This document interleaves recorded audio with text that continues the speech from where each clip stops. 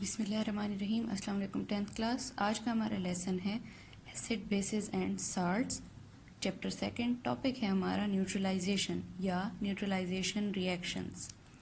Definition पढ़ लेते हैं। The chemical reaction in which acid reacts with the base to produce salt and water is called neutralization reaction. Neutralization reaction वो reaction होते हैं कि जब एक एसिड किसी बेस के साथ रिएक्ट करता है, उसके नतीजे में साल्ट और वाटर प्रोड्यूस होते हैं, तो ऐसे रिएक्शन को न्यूट्रलाइजेशन रिएक्शन कहा जाता है। न्यूट्रलाइज कर देना किसी चीज़ को, जब वाटर बन गया तो मतलब कि चीज़ न्यूट्रलाइज हो गई, उसमें कोई नेगेटिव और पॉजिटिव पार्ट नहीं है, कोई आयंस मौजूद नहीं है।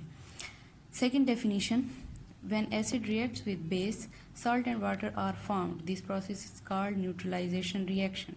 या सेकेंड डेफिनेशन के मुताबिक कि जब एक एसिड बेस के साथ रिएक्ट करता है और उसके नतीजे में साल्ट और वाटर प्रोड्यूस होते हैं, तो ऐसे रिएक्शन को न्यूट्रलाइजेशन रिएक्शन कहा जाता है।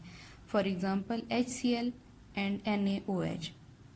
HCl एक स्ट्रॉन्ग एसिड है और NaOH एक स्ट्रॉन्ग बेस है। जब ये आपस में रिएक्ट करते हैं तो NaCl सोडियम क्लोराइड और एक वाटर मॉलिक्यूल प्रोड्यूस करते हैं। सोडियम क्लोराइड टेबल साल्ट है, ये बात हम जानते हैं। तो बच्चों, ये हो गया न्यूट्रलाइजेशन रिएक्शन कि जब एक एसिड ने बेस के साथ रिएक्ट किया और उसके नतीजे में एक साल्ट और वाटर मॉलिक्यूल प्रोड्यूस हुआ, तो ये है एक न्यूट्रलाइजेशन रिएक्शन। अब इसको मज़ीद एक्सप्लेन करने के लिए हम इसको आयनिक फॉर्म में लिख लेते हैं कि जिसमें हमारे पास एसिड का पॉजिटिव और नेगेटिव पार्ट और इसी तरह बेस का पॉजिटिव और नेगेटिव पार्ट, जो कि हाइड्रोजन आयन और क्लोराइड आयन, सोडियम आयन और हाइड्रोक्साइड आयन, जिसमें से पॉजिटिव और नेगेटिव रिएक्ट करेंगे। जैसे कि सोडियम और क्लोराइड ने रिएक्ट किया, सोडियम क्लोराइड बनाया, और इसी तरह हाइड्रोजन आयन और हाइड्रोक्साइल आयन ने रिएक्ट किया और वाटर मॉलिक्यूल बनाया। लेकिन बच्चों, ये देखें जो मैंने अंडरलाइन की हुई हैं आयंस को, जो कि रिएक्शन से पहले भी आयनिक फॉर्म में थे और रिएक्शन के बाद भी आयनिक फॉर्म में है, यानी कि केमिकल रिएक्शन में इन्होंने कोई पार्टिसिपेट करके और चेंज नहीं लाए अपने में, खुद में, या इनमें कोई चेंज नहीं आया, तो ऐसे आयंस को कहा जाता है स्पेक्टेटर आयंस। न्यूट्रलाइजेशन रिएक्शन में ऐसे आयंस जो कि रिएक्शन से पहले भी आयनिक फॉर्म में हों और रिएक्शन के बाद भी, तो ऐसे आयंस को स्पेक्टेटर आयंस कहा जाता है। जबकि बाकी जो हमारे पास आयंस हैं, हाइड्रोजन और हाइड्रोक्साइल आयंस, इन्होंने रिएक्ट किया और न्यूट्रलाइज कर लिया खुद को।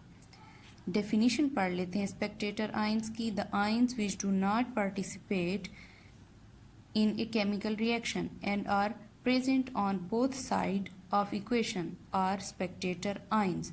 ऐसे आयंस जो कि केमिकल रिएक्शन में पार्टिसिपेट ना करें और इक्वेशन की दोनों साइड पर मौजूद हों, ऐसे आयंस को स्पेक्टेटर आयंस कहा जाता है। एक्चुअल न्यूट्रलाइजेशन फिर किसकी होगी? Hydrogen and hydroxyl ion combine to form water molecule. Thus, the net reaction is chemical combination of hydroxyl ion and hydrogen ion to form water molecule। यानी कि net reaction या net neutralisation reaction जो होगा वो किसका होगा? वो hydrogen ion और हाइड्रोक्साइल आयन का होगा, जो आपस में मिलकर वाटर मॉलिक्यूल बना देंगे।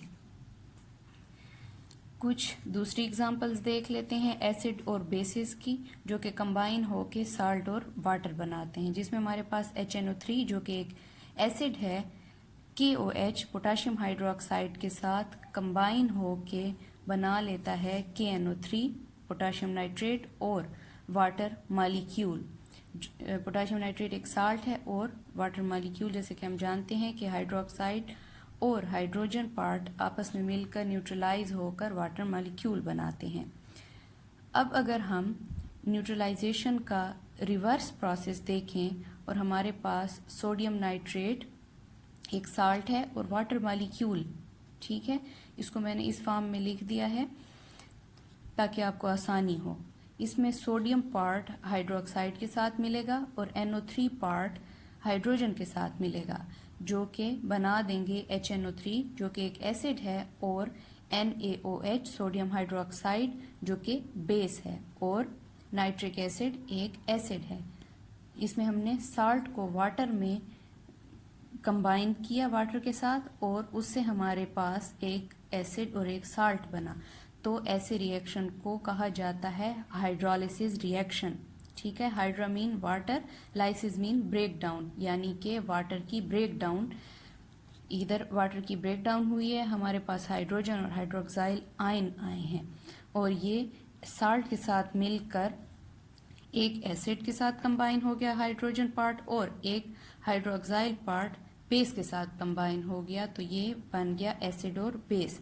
इस रिएक्शन को हाइड्रोलिसिस रिएक्शन कहा जाता है। न्यूट्रलाइजेशन का रिवर्स रिएक्शन हाइड्रोलिसिस होता है। नेक्स्ट एग्जांपल है calcium hydroxide plus H2SO4 CaOH2, ये जो है एक बेस है, जबकि H2SO4 एक एसिड है। जब ये आपस में कंबाइन होते हैं बेस और एसिड, तो CaSO4 कैल्शियम सल्फेट और साथ में 2 वाटर मॉलिक्यूल्स प्रोड्यूस करते हैं, तो ये भी एक न्यूट्रलाइजेशन। नेक्स्ट टॉपिक है हमारा exothermic reaction. Exothermic means exo for escape or exit and therm mean heat। Exothermic मतलब कि जिन रिएक्शंस में हीट लिबरेट हो या रिमूव हो। Neutralization reaction is an exothermic reaction और प्रोसेस। न्यूट्रलाइजेशन रिएक्शन एक एक्सोथर्मिक रिएक्शन है कि जिसके नतीजे में हीट जो है वो लिबरेट होती है। बिकॉज इन दिस रिएक्शन 57.32 किलोजोल पर mole of heat is released, which is called as heat of neutralization of strong acid with strong base। तो 56.32 किलोजोल पर मोल हीट रिलीज होती है, जिस हीट को हीट ऑफ न्यूट्रलाइजेशन भी कहा जाता है, जब स्ट्रॉन्ग एसिड और स्ट्रॉन्ग बेस आपस में रिएक्शन करते हैं।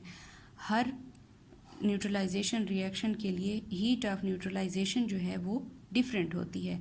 यहाँ पर 57.32 किलोजोल पर मोल हीट जो है वो सोडियम हाइड्रोक्साइड और HCl के रिएक्शन के लिए हीट ऑफ न्यूट्रलाइजेशन है। इसको हम हीट ऑफ न्यूट्रलाइजेशन को रिप्रेजेंट करते हैं डेल H न्यू नॉट से, और हीट ऑफ न्यूट्रलाइजेशन हर न्यूट्रलाइजेशन केमिकल रिएक्शन के लिए डिफरेंट होती है। तो बच्चों, आज का लेक्चर यहीं तक था। अपने लेक्चर को सम अप करते हैं, जिसमें आज हमने न्यूट्रलाइजेशन पढ़ा या न्यूट्रलाइजेशन रिएक्शन पढ़ा, कि जिसके नतीजे में एसिड और बेस के मिलने के नतीजे में साल्ट और वाटर प्रोड्यूस हों, तो ऐसे रिएक्शंस को न्यूट्रलाइजेशन रिएक्शन कहा जाता है। जिसमें हमने फिर स्पेक्टेटर आयंस को भी पढ़ा। उसके बाद हमने कुछ अदर एग्जांपल्स देखी, और हमने रिवर्स ऑफ न्यूट्रलाइजेशन भी पढ़ा, जो कि है हाइड्रोलिसिस। उसके बाद एक्सोथर्मिक रिएक्शन को डिफाइन किया कि ऐसे रिएक्शन की जिनमें हीट लिबरेट हो, और न्यूट्रलाइजेशन रिएक्शन ऐसे रिएक्शन है जिनमें हीट लिबरेट होती है, इसलिए इनको एक्सोथर्मिक रिएक्शन भी कहा जाता है। तो बच्चों, आज का लेक्चर यहीं तक था।